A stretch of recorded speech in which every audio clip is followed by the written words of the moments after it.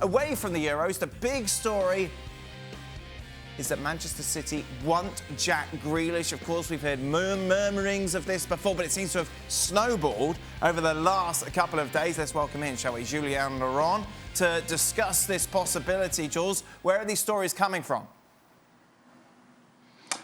Well, they're coming from good sources. Rob Dawson, the ESPN Manchester correspondent, breaking it as well as others did, because word got told that the two clubs were discussing a potential move. I think Aston Villa for now, and I guess they have to say that. They say, no, he's not for sale. We want to keep him. We want to extend his deal.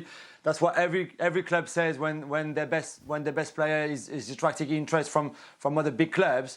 And for City, I think they identified him to come in and to bring something different to this Man City team. I mean, if they can spend £100 million on Jack Grealish, good for them. And it's definitely a deal that you would want to see happen. It's a bit like the Riyad Mahrez deal of 3 years ago. He was the best winger pretty much in the Premier League at that time. They needed someone left-footed to play on that right-hand side. Now you could see why they need someone right-footed to play on the left-hand side. And I think they've clearly had their eyes on Jack Grealish. They've had their eyes on him for a long time now.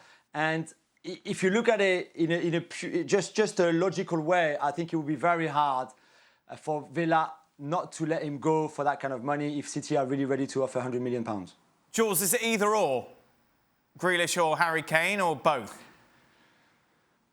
It seems that it could be both. That's certainly what Rob Dawson was reporting today again on our website, in the sense that we know that financial fair play, certainly for this summer, has been very loosened up. And that's the word I used. I remember the other day with Stevie Nicol when he asked me about what about financial fair play. I said, yeah, for PSG and Manchester City, clubs like that who are very, very, very rich owners, there's no financial fair play anymore this summer. So if there's one time to spend big, it's now, for sure, 100%. And I think City have taken that on board.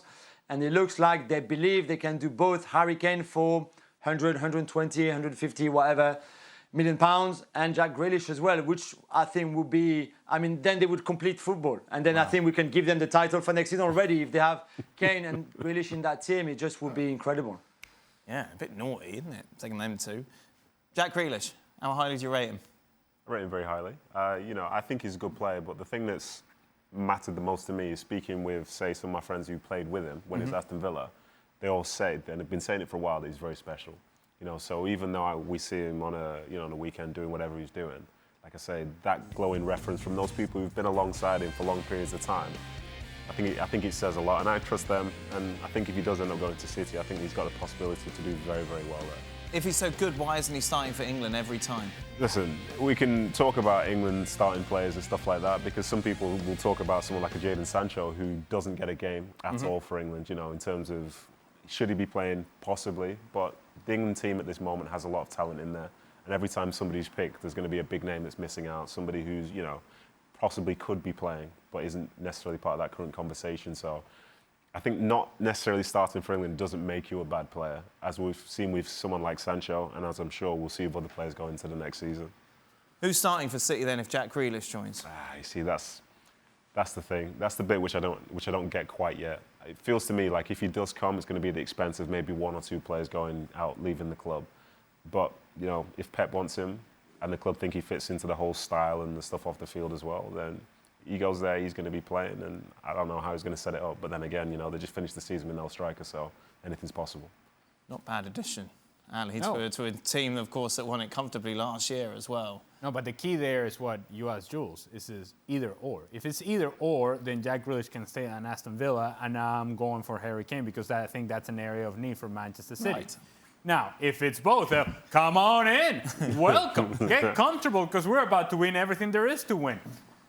Jack Grealish is a different player than what Manchester City has currently available, in that while a lot of the Manchester City players are sort of two touches, passing and movement sort of rotation going on, this is a guy that likes to get a hold of the ball and actually hang on to it and dribble people and attract some pressure and attract attention to himself, which then as a byproduct of that, would make it easier for a guy like Kevin De Bruyne to operate with more space. Because if Grealish is attracting attention and he's attracting numbers, now you lay that ball off, now De Bruyne has more time and space to pick that next pass. It makes Manchester City exponentially more dangerous to have the guy that has that sort of ability to take somebody on in a 1v1 situation in tight spaces. How much could this muck up the Premier League? A lot, potentially, in all honesty. Listen, Grealish is an incredible talent. And the only concern I have around Grealish going to City is whenever he's on the park. Okay, Aston Villa is one thing, but you see the same thing when he puts on an England shirt. How much of the play has to go through him? Because he sits middle of the park, because when he does get on it, he keeps hold of it. And how does that change the dynamic with City and a player like Kevin De Bruyne in particular? But that being said, I kind of felt the same around Riyad Mahrez with Leicester City. And look how well he went in and fit in at City and made them so much better. That kind of talent does not come along very often. To have that much talent with one team is almost unfair to everybody else, because now City can play any which way. They can hurt you on the counter-attack if you sit deep with somebody like Grealish picking the ball up, holding on, attracting attention, finding a pass. Again, they will play you any which way you decide to set up and beat you at it.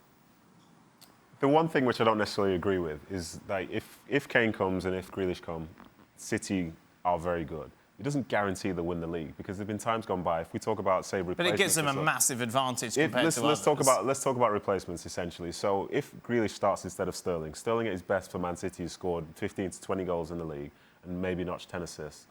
If Grealish comes in, that's the expectation, so that remains the same. In Harry Kane coming in, at this moment in time, he's coming in to essentially replace a Sergio Aguero, who in the past has been top scorer in the Premier League. So in some ways, the people they're coming in for, the expectation still remains the same, but it doesn't guarantee they'll win But they won the everything. league last year without those players. Yeah, but maybe last year was an exception as opposed to the norm. Right. See, so you're trying to catch me out. No, you're I'm not trying to catch me you in. out at all. I just feel, and we see it in the past. Liverpool at their best would get the best players. Manchester United as well. This happens. This happens in football. I think for City, the sum of their parts is one whereby each role on the team, each role within the team has an objective. This person is meant to contribute this. This person is meant to contribute that. City are huge favourites, aren't they? Well, yes, they are huge favourites, Yeah. but so what? Literally, so what? You go into the next year and you see Liverpool, in terms of how bad they were overall this year. The 2 years prior, they got nearly 200 points in total across 2 seasons. Yeah. You know, and they've still got the makeup for that team here going into the next year. So City bringing in Harry Kane and Grealish, if they do come, Yes. yes, it's great. And Ruben Diaz, who they had, of course. Yes, it's great, but there's nothing guaranteed, which is exactly why City were probably mid-table around October time last year. Right. And the only reason they won the league is because they won every game for probably 3 months straight. Okay, so let me get this straight. Oh, here we go. Here we go. I just Here we want to go. ask a question, just a simple question, because I never seen anybody so down about the idea of bringing in 2 of the best players in the Premier League. That's not what I said. No, but Not what I said. it's like, well, you know, they can come in, but they already match the expectations of the players that were already here. So why bring them in at all? No, it's just this guy. Listen, we can't both be dour. So the way this... I'm not being dour at all. I'm actually excited about it. All I was saying is, if City do get those players, it doesn't guarantee they'll win the league. Well, of course not. Which is exactly what I said. Of course not. But I think there's a level of excitement that I think we see the potential of what this team can be, rather than saying, it's not a guarantee. I don't like it. I also don't like like when it. Nedum said, well, maybe last season City winning was the exception to the rule. Yeah. I'm thinking, how many titles has City win in the last 5 years? To really express how I feel, if Harry Kane and Jack Grealish were to come to City and they needed anything, I would make sure I would drive them around myself. Right. I will do whatever's needed to bring those players to City, because I think they're that good. And for the team that I support, you want them to be there. Yeah. But nothing is gets taken for granted in the Premier League. So don't try and catch me out. You sticking It's not going to happen. You seem to be going in Videos don't circles. disappear. You seem to be going in circles. Jules, just out of 10, give me a number, the chance that we will see Grealish and Kane in a City shirt at the start of the season. So good questions. We should remind everyone that it's early days in both those deals, and I think this could be a long saga for both of them. I think I would give you a 7 out of 10 for Grealish, and I would give you a 5 out of 10 because it's 50-50 for Kane. I think he will have to push hard for this move to happen, because I think Spurs will be far harder to deal with than Villa will be. I think for Villa, no offense to Villa again, it's a big club, it's a great club, but But I think you almost let Grealish go to work with Pep Guardiola, to go to City, to play in the Champions League. I think at Spurs, you could easily see them completely blocking Harry Kane for at least another year and just not let go at all. So I would say, yeah, 70% for Grealish, 50% for Kane. Thanks so much for watching ESPN on YouTube. And for more sports highlights and analysis, be sure to download the ESPN app. And for premium content and live streaming, subscribe to ESPN+.